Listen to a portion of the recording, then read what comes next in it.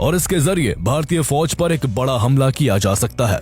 अबू तोरारा और अबू सब्जार को जब उनकी बातों पर यकीन हो गया तो उन दोनों ने मोहित शर्मा से कहा, तुम्हारा प्लान काफी सॉलिड है, हम इस पर जरूर काम करेंगे, लेकिन अभी तैयारी करने के लिए सभी को कुछ दिनों के लिए गायब होना होगा। इस पर मोहित शर्मा ने जो जवाब दिया उसने दोनों आतंकियों को और भी प्रभावित कर दिया। इफ्तिखार बने मोहित शर्मा बहुत गुस्से में कहते हैं, भाईजान मैं मिशन पूरा किए बिना गांव वापस नहीं जाऊंगा, चाहे आप साथ दे या नहीं। इफ्तिखार का ये जज्बा देखकर अबू तोरारा और अबू सब्जार को लगा कि ये लड़का सच में सेना से इतनी नफरत करता है कि किसी भी हाल में मिशन को अंजाम देना चाहता है। इस पल वो दोनों आतंकी मोहित शर्मा के जाल में पूरी तरह से फंस चुके थे और इसके बाद वो ऐसी गलती करने वाले थे जिसकी कीमत वो अपनी जान देकर चुकाने वाले थे। वो दोनों मोहित शर्मा को अपने सबसे सुरक्षित ठिकाने पर ले जाते हैं। इस तरह भारतीय सेना का शेर शिकारियों की मांद में घुस चुका था। अगले 2 हफ्तों तक मोहित शर्मा उन आतंकियों के साथ गुजारते हैं। आतंकी न सिर्फ उन्हें ट्रेनिंग देते हैं बल्कि वो उन्हें अपने तौर तरीके, हथियारों की जानकारी और अपने सबसे सेफ ठिकानों के बारे में भी बताते हैं।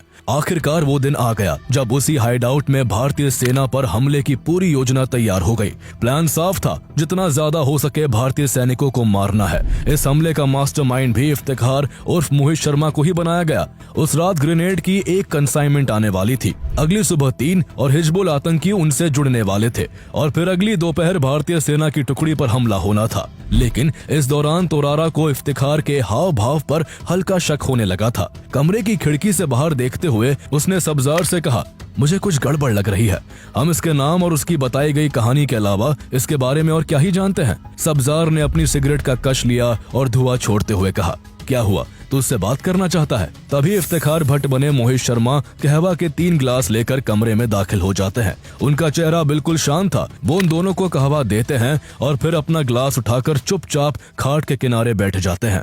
तीनों के पास AK-47 राइफल थी, लेकिन मोहित शर्मा ने अपनी राइफल कंधे से लटका रखी थी। कुछ मिनटों तक तीनों चुपचाप कहवा पीते रहे। फिर तोरारा मोहित शर्मा के घुटनों पर हाथ रखते हुए कठोर आवाज में पूछता है, इफ्तिखार, मैं तुझसे सिर्फ एक बार पूछूंगा, सच बताना, तू है कौन?